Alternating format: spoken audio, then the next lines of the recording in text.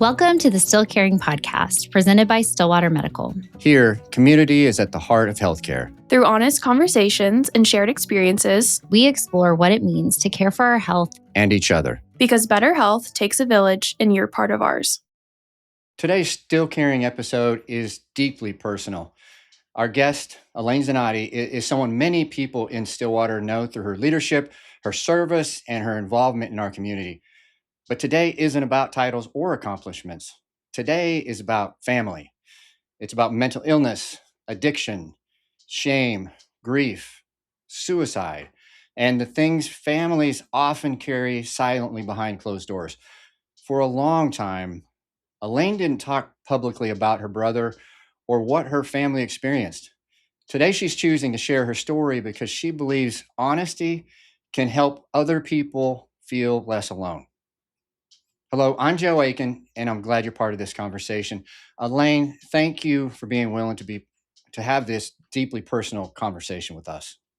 You're welcome. I'm honored to be able to tell my story. So, Alane, as you said, this is your story. So why don't you just start at the beginning and just tell us about your family and growing up together? Sure. Well, I was an only child my first 5 years of life. And so we were a family of three, very close knit. And then my parents I'm adopted. I was adopted at 7 days old. My parents realized they weren't able to have children on their own. So first 5 years, only child. And then when I was 5, my parents thought, we'd like to have another child as well. And so they decided to go through the adoption process again. And there was a little boy who had been in the foster system his first 3 years of life. So he was 3 years old. And they had some family visits, and he came and visited, and good time. And they decided to adopt him. And I can remember being excited I was going to get a little brother because I just was excited about that possibility and added into the family. But I remember, Joe, the very first night he came to stay with us, his first night home, and he just had not had any type of boundary set or any type of discipline, if you will. And it was time to go to bed. And he screamed as loud as I'd ever even heard a child scream. You would have thought he was being beaten. He was just devastated that he had to go to bed when he didn't want to go to bed. And it was just, I think that was just, I will always remember that night. I'm going to be 57 this year. And that night, my parents were at a loss because I was a fairly easygoing child. They hadn't had to deal with a child like this before. And I think all of a sudden my parents thought, okay, we may have a child that has had some, first 3 years of life. We have known nothing about what had happened. He'd been in foster home to foster home. And so that kind of began our journey as a family to kind of figure out what to do next. And so kind of fast forward through the years and growing up as a young child, my brother just was a very challenging child. He had not been potty trained. He had not had any type of family life. And so very disconnected, if you will. I was a child who always wanted to be around my parents, just always wanted this, be around family. And then my brother was just someone who was very different. We played together as little kids, as you do. But we just were very, very different children. And I remember when he started school, it was painstakingly for my parents because he was very, very smart. He was a very smart child, but got bored easily, got in trouble in school all the time, challenged with that. And then he just had many discipline problems, and even at home, just didn't like to obey rules. My poor parents were trying their best to raise us both the same way, and that just couldn't happen because they could just look at me and I would behave, and my brother was like, what, do. And so I think I began to realize that my family life was a little bit different than my friends. I just realized it was I don't want to say it was an unstable family life, but it was just, my parents were very stressed. They were young parents. And I think just trying to navigate a child that was very challenging. And then you get into the teen years, and that begins the challenge of those things that we all, as teenagers and others, deal with, and the kind of the introduction of alcohol. And my parents had found out when they did adopt Dan, my brother, that he was born a heroin addicted baby. And so you kind of compound that with the challenges that he was having. And as you know, they found out more and tried to go into counseling and figure out some things to help him. That helped navigate a little bit and answer some questions. But he already had some kind of predestined conditions that I think when he got to his teenage years, all of a sudden experimented a little bit with drugs, but his main thing was alcohol. And he just, once he started on that route, I would probably say he was probably 11 or 12 when he started. It really became a challenge. I can remember my parents went to an event in an evening and came home, and the truck was gone from the garage. My dad's truck was gone from the garage, and my brother had tried to drive it across Boomer Lake after having drinks, and he was 14, I think, at the time. So I think there just were some things that kept going on with him that just my parents were just kind of at a loss. And the scary thing about my brother when he drank is he was a very nice person when he wasn't drinking. He just, challenged the boundaries. But when he drank and got drunk, he was personality changed 180. He was mean. He was angry. He was hateful. My brother never liked the fact that he was adopted. He always felt abandoned by his biological parents. And so I think the alcohol brought that out in him. And so I think it just magnified those things. Was violent, just had some cases of some violent tendencies. And as he got older, it was harder to discipline him, right? Because he was older. And then you fast forward to kind of getting through those teenage years, and I wanted to do everything I could to be the good child, right? I saw my parents struggling. I saw them trying to navigate what it was like dealing with a child who challenged every ounce of in them. So I kind of stayed off the radar, if you will. I made sure I had good grades. I made sure I didn't get in trouble. I made sure I was doing things I was supposed to do. I was fortunate that I had a great high school group of friends. And so we were really low key, and that was really helpful for me. Can I ask you something, Elaine, right there? Yeah.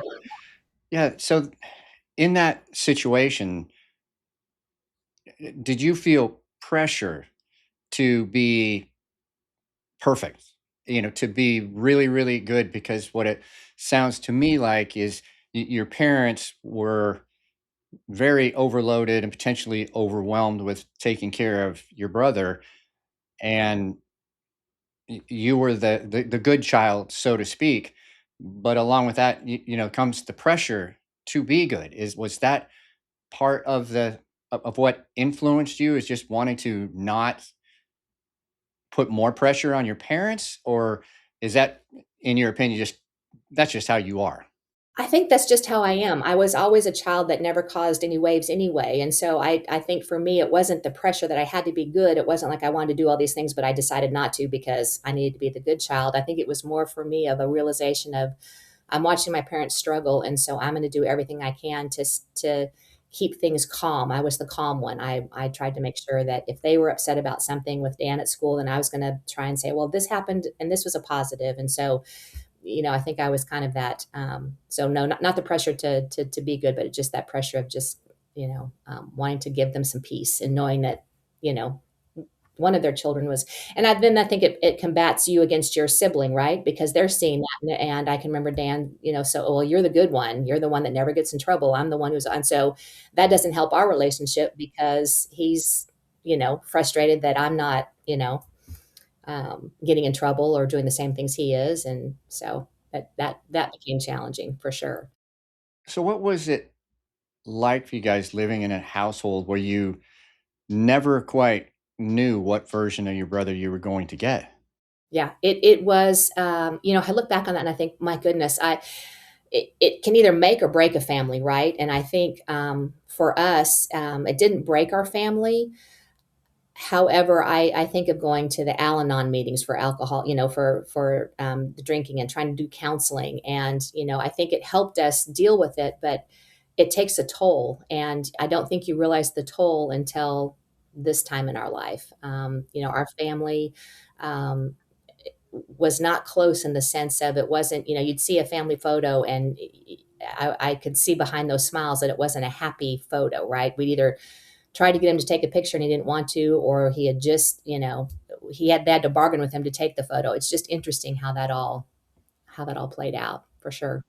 So along those lines, one thing that families often don't talk about publicly is fear. And a minute ago, you mentioned that there were times that he would get violent. Did you ever feel fear in your own household? Not so much in the teenage years. I think probably as he got older, maybe 17, 18, when he kind of got out of, got in the older teen years, yes, because he got bigger and stronger, right? And so I think that, and drank more. And so it definitely became violent at that point. I think it was more anxiousness because when he was a teenager and drinking, and the behavior patterns weren't necessarily super violent, but just combative. He was gonna challenge them at every single thing they said, and as a child, at some point he would end up backing down just a little bit, but as a teenager he didn't. So very anxious, and you didn't know what was going to set him off, even if he hadn't. Not having a lot of people over, or I was grateful that there was 2 years of age difference between us because we were in school together in elementary school, but then once you got into middle school and junior high and high school, the only time we were in the same school together was when I was a senior and he was a sophomore. And so it was a relief for me that people didn't know necessarily maybe that we were brother and sister, or that I didn't have to. And that's a really sad thing to think about too, as I look back in life and think, oh my goodness, I spent a lot of time trying not to make people know that that was my brother, the one that was getting in trouble all the time, and the one the cops could call by name because they knew him. So yeah, yeah. Yeah, sorry to have interrupted your No, flow. Please keep going. not at all. Not at all. It's always interesting. Every time I tell the story, I hear a different piece of it, and so it's good for me to have this. Dan got married, and the woman he married also had addiction issues, and so I think that's not uncommon. And they couldn't hold down jobs, and so I think my parents were trying to do what parents do and help support them when they could, give them money when they could. And then it became a point of, well, we're not going to give you money, but if you need to go to the grocery store, we'll help you go to the grocery store and get food. And so I was grateful for that. But Dan continued on that path of drinking a lot. I mean, he could drink a 24 pack of beer and be fine. I mean, maybe a little tipsy, but it just was, he was a very much a functioning alcoholic by this point. He did not finish high school. He did drop out of high school. I tell the story that preparing for the ACT in high school, I took the preparatory class and I had my sharpened pencils and I was there early and refreshed and ready to take it, and did not even make the legal drinking age on my ACT. And my brother took it with a hangover and made a 32. And so I think he was brilliant. He was very, very smart. I just think, growing up in the 70s and 80s, there just weren't a lot of those. I mean, the gifted program or some of those things that some of these children now have opportunities to do just didn't exist when we were growing up. And so, anyway, my parents encouraged him to go to Meridian Technology Center as an adult. And I actually was working at Meridian Technology Center. That was my first job after graduating from Oklahoma State University. And so I encouraged him, come out to Meridian Technology Center and take the construction trades program, because he loved construction. He loved being outside. He was never going to be an office person ever. And he excelled. He excelled in that program and won contests and was supposed to go to state contests. And I'll never forget the instructor calling me and saying, "Your brother has not shown up to get on the bus to go to contest." So I went to his house, and sure enough, he had been on a drinking binge the night before and couldn't make it up. So didn't, let the teacher down, let his class down, and he did finish the program, but it was painful. And I think probably because I worked at Meridian, there were probably some allowances given that gave him some second chances that maybe he wouldn't have had otherwise. So he definitely got into the construction business and did a lot of that around Stillwater. Still struggled, continued to struggle. We distanced ourselves at that point once he left Meridian. I think at that point as an adult, I decided I can't do this. This is too hard on me. My parents didn't have that luxury, if you will, and I don't think they were ready to yet. And so they continued to try and help him when they could. And so I kind of stepped back a little bit and actually moved away from Stillwater for about 10 years. And during that time, he got really into harder alcohol, harder liquor, and ended up getting arrested. I think bounced some checks and did some things and ended up doing about 18 months in jail and sobered up. because that's, he had to do that. And so I moved back. This is me, I'm kind of fast forwarding, but about in a 10-year period, moved back to Stillwater. And I think he was trying his best to kind of get back on track. And I decided to open up a wine bar, which was very interesting as he does construction. He actually did the construction in the wine bar to provide a room and the back space that now exists at Zannotti's Wine Bar.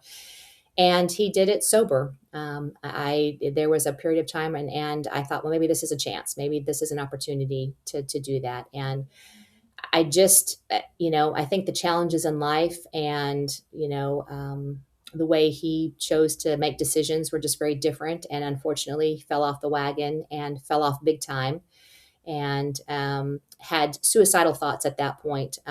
Just would call extremely drunk and would threaten my parents and I that he was going to kill himself and do that sort of thing, more to my parents than to me.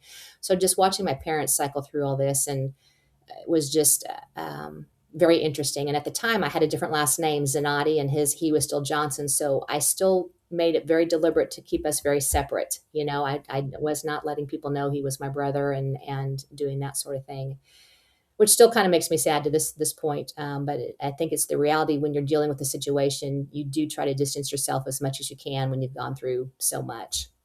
Get to probably 2019, 2018, 2019, he had an opportunity to go out of state and do construction because he was doing really, really well. And he did do that. And there was a sense of relief, I think, for my parents and I that he was leaving just because it kind of gave us a break a little bit from some of the drama. He still continued to drink a lot. He'd call, and my parents would talk to him. But 2020, COVID happened, and my dad died unexpectedly during that time frame, and that hit my brother hard. My dad and my brother were close. My mom was the person he'd call when he was drunk and angry and needed to talk, but my dad was the one he'd call when he needed money. And it's just interesting how that dynamic happened in our family. And so when my dad passed away, I think it hit him really hard. And he came back we had a very small memorial service because it was during COVID. He went back to North Carolina and got extremely inebriated and drunk and picked a fight in a bar and got beaten so badly that he was in the ICU in North Carolina for a couple months. And of course, we couldn't go see him because it was COVID, so weren't able to see him. And he did come back to Stillwater within a couple months after that, after he had recovered as much as he could, and he was different.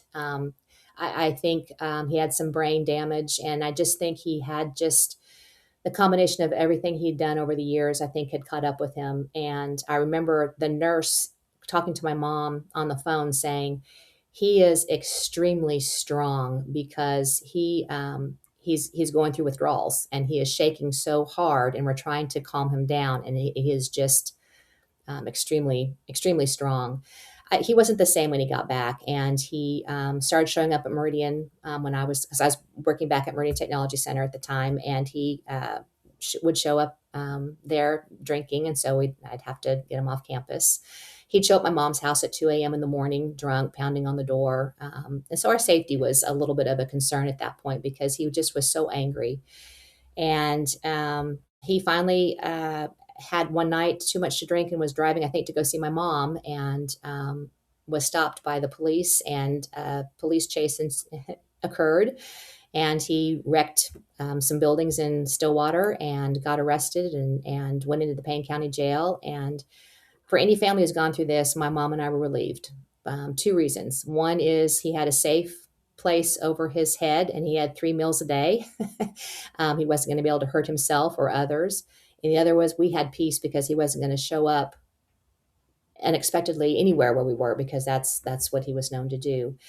And he did serve, I think it wasn't quite a year. I think it was maybe 10 months, 11 months. And when he got out after that, my mom and I were just, we didn't know what to expect. We didn't know what to do. And he sent a picture to both of us, and the picture still haunts me. I still have it on my phone. There's a smile on his face, and he said, "I'm going to get my life together." But the look on his face, there's something wasn't right. And I'll never forget, I woke up October 21st, 2021. at like 3:30 in the morning, and it was gonna storm, and I remember thinking, "Okay, I'm gonna let the dogs out." 3:30 in the morning, let the dogs out. And so I let the dogs out, and I was wide awake. I couldn't figure out why. And my mom called me at 4:15, and she said, I unfortunately need to tell you that Dan died about an hour ago. Angie, his wife, just found him in the extra bedroom. He has died by suicide."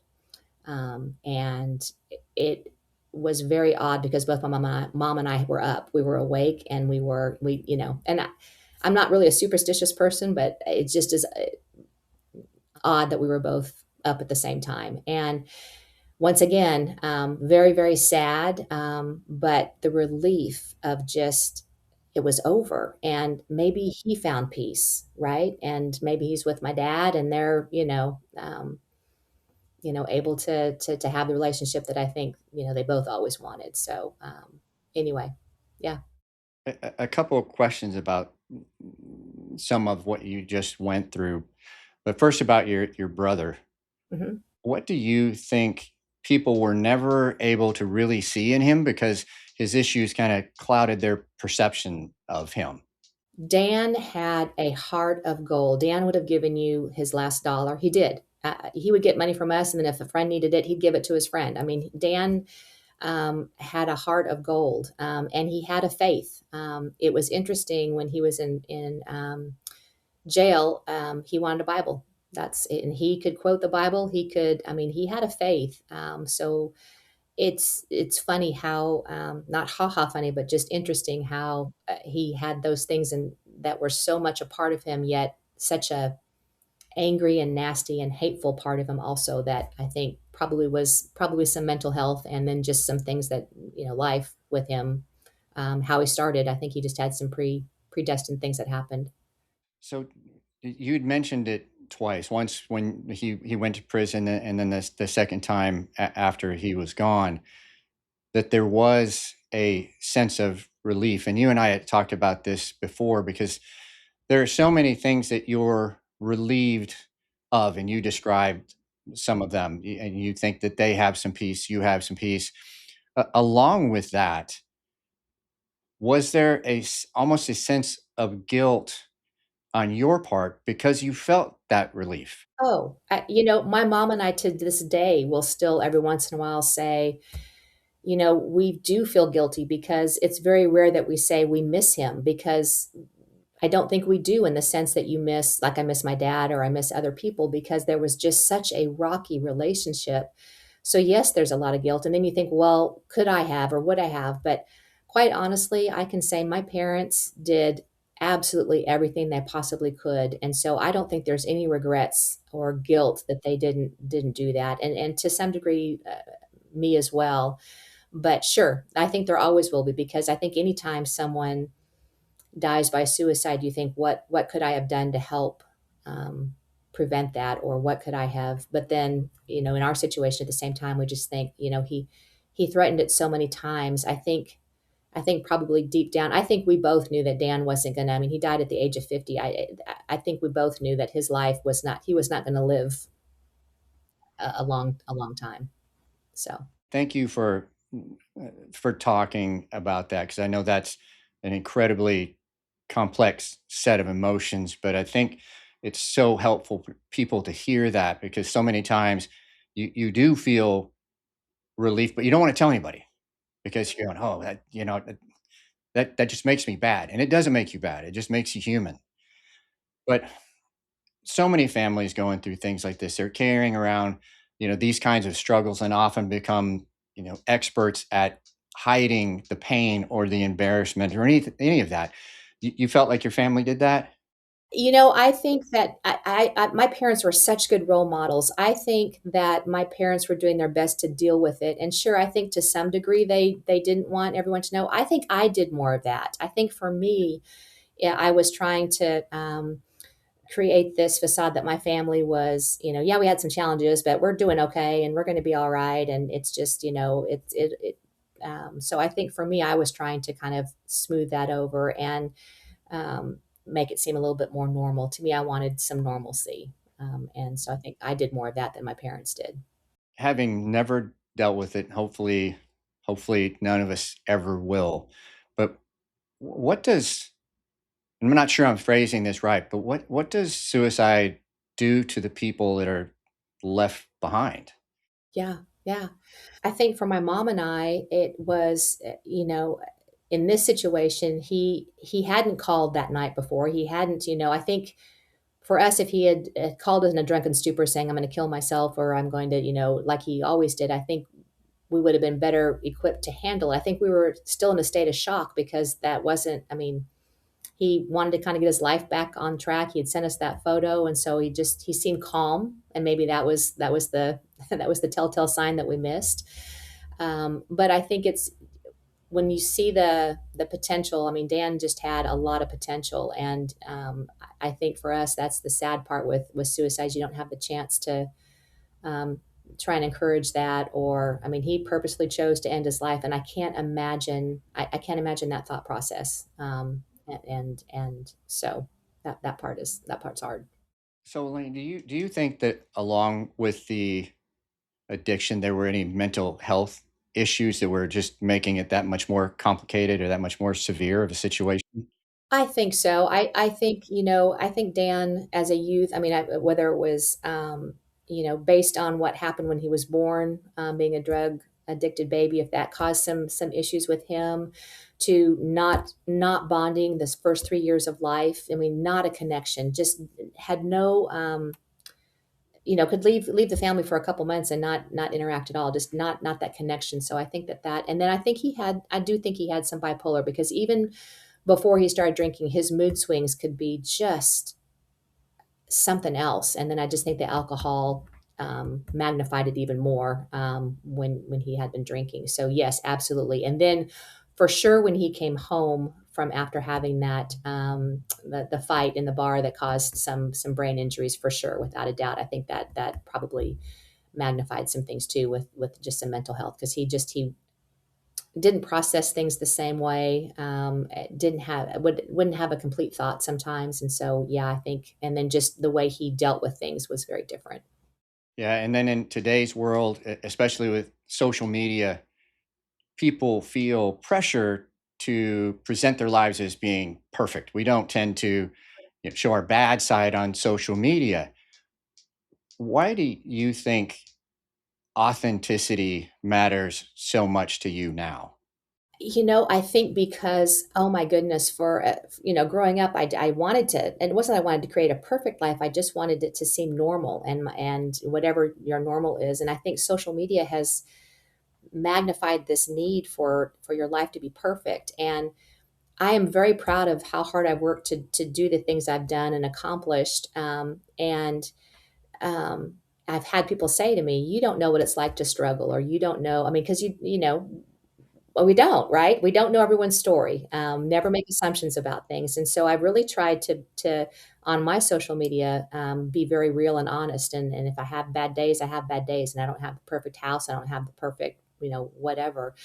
But I think that society right now is just under a lot of turmoil and negativity and things going on, that I think the one thing that we think we can control is what we post about ourselves, right? And that social media platform that we can create, we can be in charge of. And so I think there is that pressure to have it be as perfect as possible, because sometimes life isn't. And so that's the one thing we can control. So, was there anything in particular that you can point to that finally pushed you and gave you the courage, if you will, to use your voice publicly about just getting the information out there, being honest with people? Well, I think 3 years ago, when Becky Endicott reached out to me and said, "Hey, Women for Wellness is we're doing this thing about our story, and we all have a story, and um, the stories are important to share, because the more we tell our story, the more hope we have that someone else is maybe going through something similar and needed to hear your words, or you needed to have some affirmation that what you're feeling is okay." And so that was really the first time I told the whole story, and I remember my mom being in the audience, and she just said thank you, because she said, I know it was a, I think for her there's a lot of guilt as a parent, knowing that there were probably a lot of times when I didn't really have parents very much, because they were so busy dealing with my brother. And so I think for her, she it was good for her to kind of hear that I've done okay. I'm okay. There's not anger on my side, or I don't feel like I got slighted, or that I didn't have that. So that was very important. Yeah. Well, and Elaine, you know this, or I hope you do, but it really does take bravery for you to kind of step out from behind the curtain and say, hey, this is who we are, and be that open and honest about your life and your family. And I know a lot of people appreciate that, and that the people that are listening, they're going to get something out of this. But a lot of people are afraid to do that. And I think they may be afraid because of possible rejection, or I'm not sure what it may be. But have you found that your openness and honesty has created connection instead of rejection? Absolutely. I think, and not maybe not so much connection, but I think a sense of relief to let it out, right? Because I think when you're going through this situation, you bottle it up, and it just becomes this thing inside your body that you just, it's hard. And so I think once you start telling it, it's kind of like little by little, you get a sense of peace. And then you're right, Joe. What happens then is that connection with someone that comes up to you and says, I'm dealing with the same thing, or I'm dealing with something similar, or I felt the same way. Thank you. So that certainly is helpful too. Yeah. Yeah, it's an amazing story, Elaine. But thank you. But so, Elaine, we end every segment with a challenge to care. For those people listening, what's your challenge to care? To care for those who are quietly carrying the pain behind closed doors. I would say if you're not ready to let someone know, I mean, I would encourage them to try and find one person that you feel like you can trust, you can tell the story to. And if you're not ready yet, I would write it. Find some way to get it out of just being all inside you.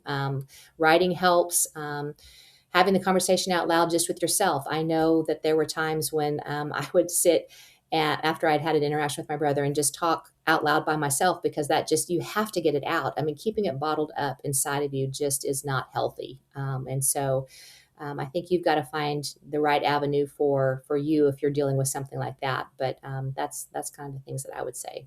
Wow, thank you. Like, thank you for your honesty, your openness, and really your bravery in sharing something that is so deeply personal. And we all know that. And I know this wasn't an easy conversation, but I truly believe your willingness to speak openly is really going to help people. And there are families listening that are carrying pain and shame and confusion and grief, or silence, very similar to what your family carried for all those years. And because you're willing to tell your truth about your story, they may feel a little less alone. So, sincerely, thank you. Thank you. Before we close, if you or someone you love is struggling with depression, emotional crisis, addiction, or thoughts of suicide, never forget that help is available. You can call or text 988. That's the Suicide and Crisis Lifeline, anytime, 24 hours a day. And that number, again, is 988. You don't have to carry it alone. I'm Joe Aiken. This is Alane Zannotti. Thank you for being a part of this conversation. And until next time, keep caring.